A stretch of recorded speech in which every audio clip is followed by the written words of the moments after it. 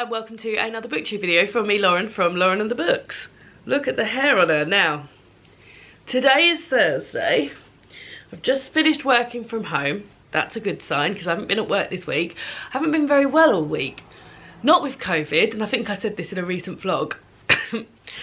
There's got to be a lot of water drinking and a lot of sort of snuffling and dry coughing. Every time I say I'm ill, I'm like, not with COVID, not just me. I hear everyone say it. So I've had some sort of like flu thing. I've done multiple COVID tests, none of which have come back saying that I've got COVID. So I think it's just been some sort of flu-y thing. I've drunk my weight in water. I've taken so much paracetamol. And last night, it's the first night since Saturday night where I've had a full night's sleep, and I feel so much better today. I went back into work yesterday. I was not well enough to go back into work yesterday. They sent me home. I felt all right on Tuesday night, and then Wednesday mornings I was driving in. I've had this sort of clam about me the whole time, like really hot and bothered, shivering one minute, boiling the next. And on my drive into work, I was just feeling like sweatier and sweatier, despite it being quite windy and cold. And then when I got there, I was there for about an hour, and then everyone was just like, look, just go home. So I came home, went to bed, and yeah, managed to get a good night's sleep last night. So actually feel all right today. Move that down so you can see a bit of me autumnal, or no, too far. So yeah, actually feel all right today, and can talk without my throat really being painful. My sore throat has been something that arrived yesterday. I mean, I don't need to talk you through every single symptom, do I? I think it's a very British thing, talking about, oh, and then this hurt and this hurt. Anyway, the thing is that I'm here making a video. I didn't think I'd be able to, but I finished work and I thought, I do feel up for making a video. So I thought I'd do you a book haul. So it's a book haul and a library haul. Some of these books have already appeared in 2 reading vlogs, so I will skim over those briefly. In fact, I'll leave them till the end. Oh, that means I'll do some books, some library, some books, some library. Yeah, I'll skim over those at the end. But yeah, I've sort of got a second shelf on my book trolley, which is where I put all of my books that are awaiting hauling. And it was getting so full, I thought, this cannot wait until November. So this is the second book haul of the month, the first library haul of the month. But yeah, as I said, some of these you've already seen. So let's start with the books. Yeah, let's start with the book haul. These have all been sent to me by the publisher. The publisher in question is Canongate and Pam Macmillan. The first one is Rin Usami's Idol Burning. Over 500,000 copies of this have been sold, and it won the Akutagawa Prize in 2020. This has been translated by Asa Yoneda. High school student Akari has only one passion in her life, her oshi, her idol. His name is Masaki Iuno, best known as 1/5 of the Japanese pop group Maza Maza. Akari's dedication to her oshi consumes her days completely. She keeps a blog entirely devoted to him, religiously chronicling and analysing all of his events. He is the spine of her life. She cannot survive without him. When Masaki is rumoured to have assaulted a female fan, facing waves of social media backlash, Akari's world falls apart. This sounds great. It's a gripping story of obsession, coming of age, and the addiction, relentless nature of fandom culture. That sounds bloody great because, yeah, I don't feel like I've read much about fandom culture. And as I was reading it, I was thinking, oh, this is really interesting. Like, I know what a big deal boy bands can be to people. That sounds really good, doesn't it? So, yeah, there we go. For some reason I thought she went to my university, but she didn't. She lives in Japan. I thought I saw something that said University of Kent, but it doesn't. Then I've got The Fugitives. Oh, sorry, that's published by Canongate, as is this. The Fugitives by Jamal Majoub. And it says here, the Kamanga Kings, a cartoon jazz band of yesteryear, is presented with the opportunity of a lifetime when a surprise letter arrives inviting them to perform in Washington, D.C. The only problem is the band no longer exists. Rushdie, a disaffected secondary school teacher and the son of original Kamanga King, sets out to revive the band. All too soon an unlikely group are on their way, knowing the eyes of their country are on them. As they move from the familiarity of cartoon to the chaos of Donald Trump's America, Jamal Majoub weaves a gently humorous and ultimately universal tale of music, belonging and love. That sounds nice, doesn't it? Very nice. Sip of water.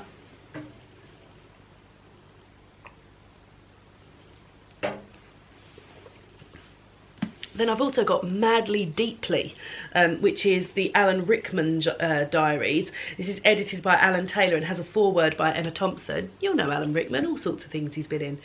And this is his actual diaries, which sound as though they are as sort of charming and hilarious as him.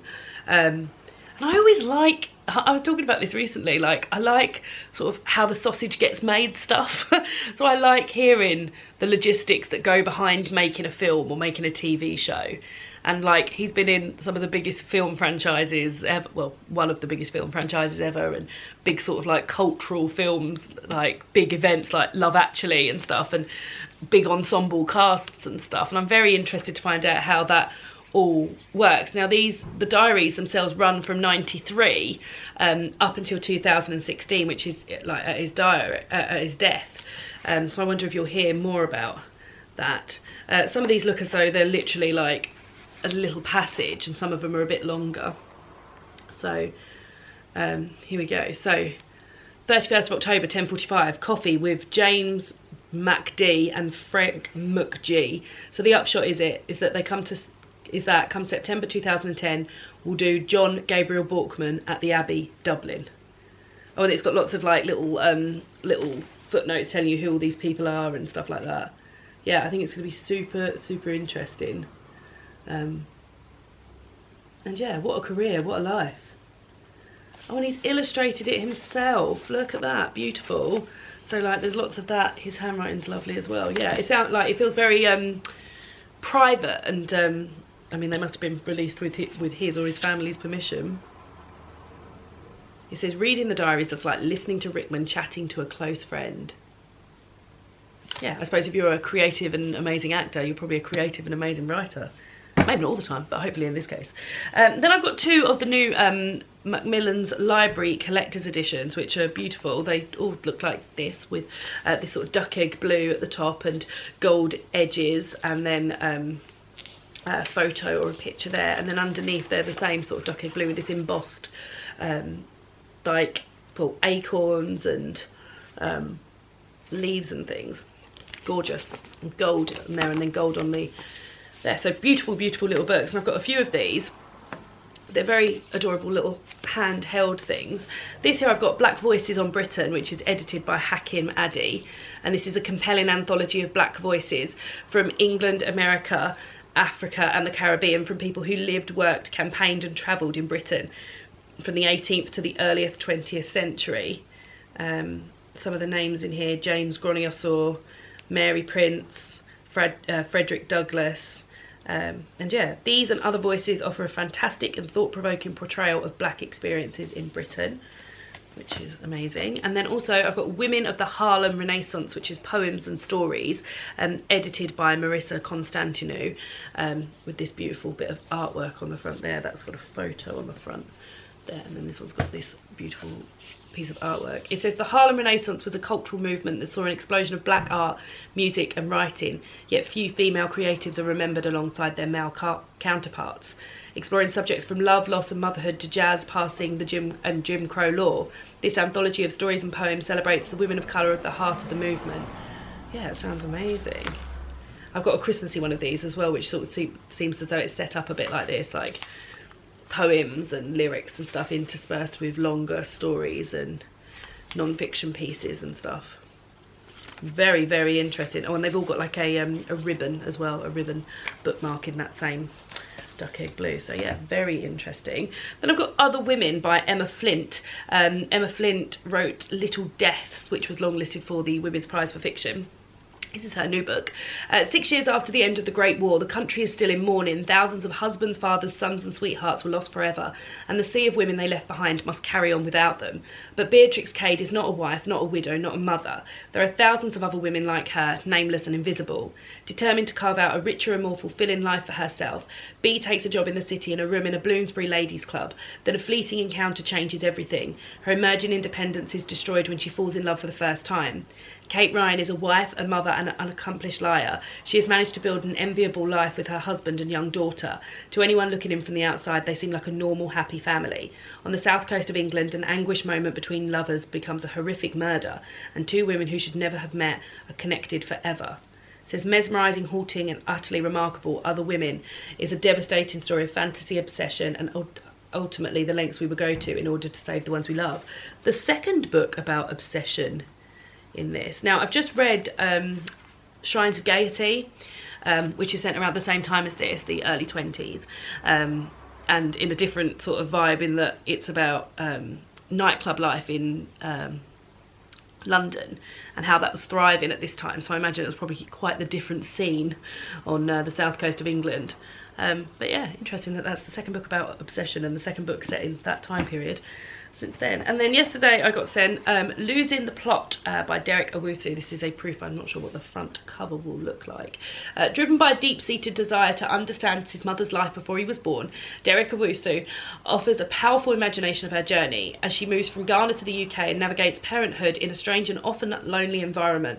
The effects of displacement are felt across generations. Told through the eyes of a mother and a son, Losing the Plot is at once emotionally raw and playful as Owusu experiments with form to piece together the immigrant experience and explore how the stories we share tell ourselves are just as vital as the ones we don't. This isn't out until the 3rd of November, so that will be out soon. Then, yeah, as I said, I'm going to do some books, some library books, some library books, because the last two sets of books and library books you will have seen in a reading vlog, but here are some more. This is going to be a long video, I think. So these are library books that you haven't seen yet, and the first one is Candice Braithwaite's Cuts Both Ways. This is a YA book, but I think Candice's first YA book.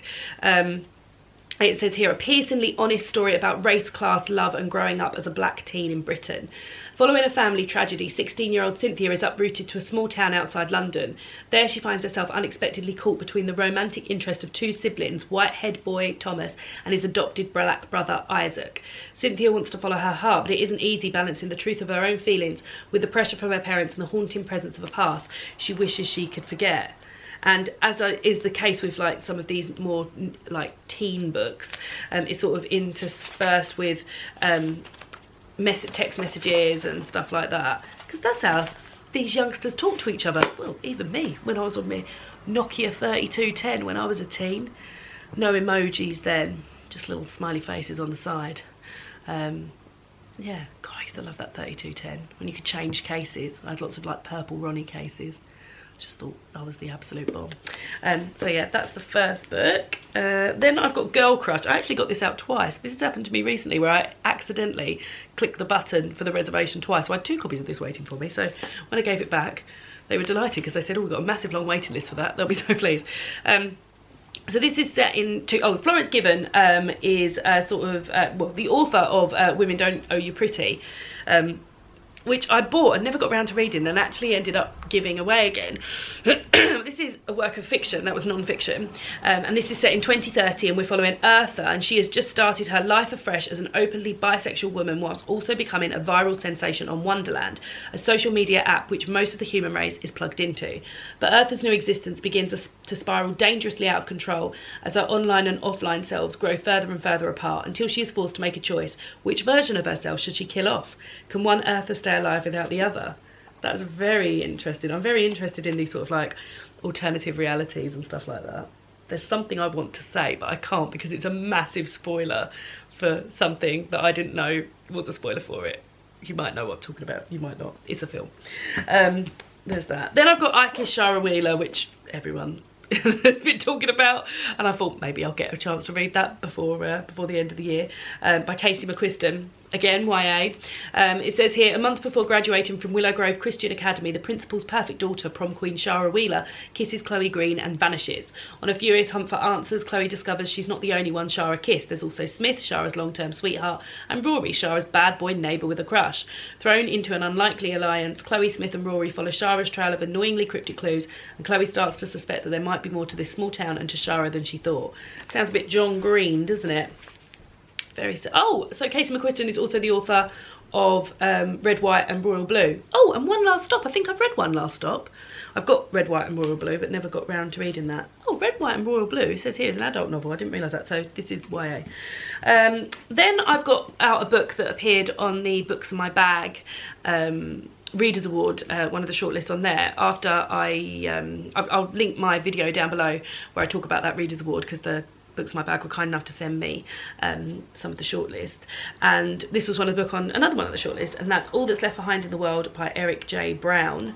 Jamie and Andrew are strangers and two of the last people left alive. After a catastrophic event wipes out most of the population, Jamie finds himself alone in a cabin in the woods. He's learned to fear other desperate survivors, but when he meets the injured Andrew, Jamie is compelled to help.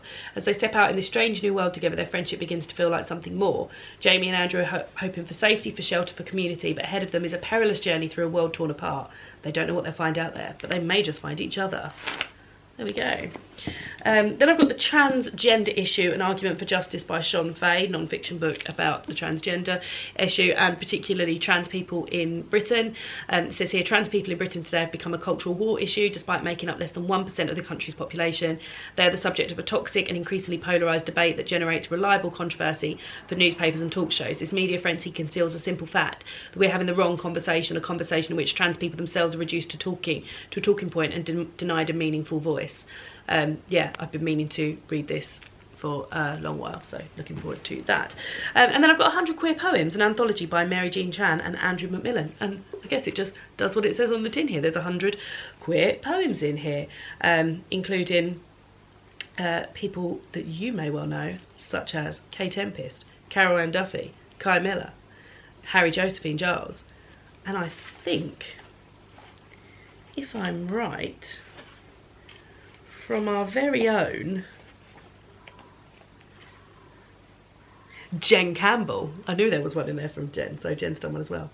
And it's split into sections: queer childhoods, queer domesticities, queer relationships, queer landscapes, queering the city, queering histories, queer futures. Yeah, sounds great. So yeah, so those are the books you won't have heard mentioned before. Now I've got some books that have been mentioned in a reading vlog. I'll link my Friday reading vlogs playlist down below if you're interested in going and watching those, because I'm very pleased with them and you guys seem to be really enjoying them. I've been on a Friday doing reading vlogs every single Friday, and it's really lovely. We answer a question together. I've got a whole selection of sort of like bookish questions that I asked at the beginning of the video, and then we talk about them at the end. I read a poem at the end of the video. There's just sort of like coming along with me for the journey, finding out what I'm thinking about the book that I'm reading at the time. And the most recent video I did, I went to London book shopping with Mercedes, and whilst I was there I bought 5, but I thought there were 6, but 5 is probably enough books to buy on one day. And here they are. I talk about them more in that video, so please do go and have a look. Nettleblack by Nat Reeve. I love this front cover so much, and that pink and green together, beautiful. Magic Steeped in Poison by Judy I. Lin, another amazing cover. The Movement by Aisha Malik, and when I included this in that video, a few people had commented saying that it absolutely was amazing, so that got me very pumped for it. This, which I'm already pumped for, The Secret Society of Irregular Witches by Sangu Mandana. That's going on the TBR for this month actually, because Witches October. And then Alison by Lizzie Stewart. So those are the books that I mentioned. I need to keep that one separate because I want to put it on my TBR. And then some library books I got out from the library in the reading vlog before that one was The King is Dead by Benjamin Dean, and again, go and check that video if you want to hear any synopsis, but I got this out as well because it was also on the Readers Books My Bag's Reading Awards. I got out a Christmas book, A Christmas in Time by Sally Nichols, just because I'm sort of like trying to get together some Christmas books that I might want to read this Christmas. Trespasses by Louise Kennedy, which I've got to also put on my TBR for this month because this is due back on the 28th of October, and that will be here before I know it. And I can't, there's so many reservations on it. I had to wait a really long time for it, and I think there's like 30 reservations on it. And then I got a cookbook out by Leon called Fast Vegan.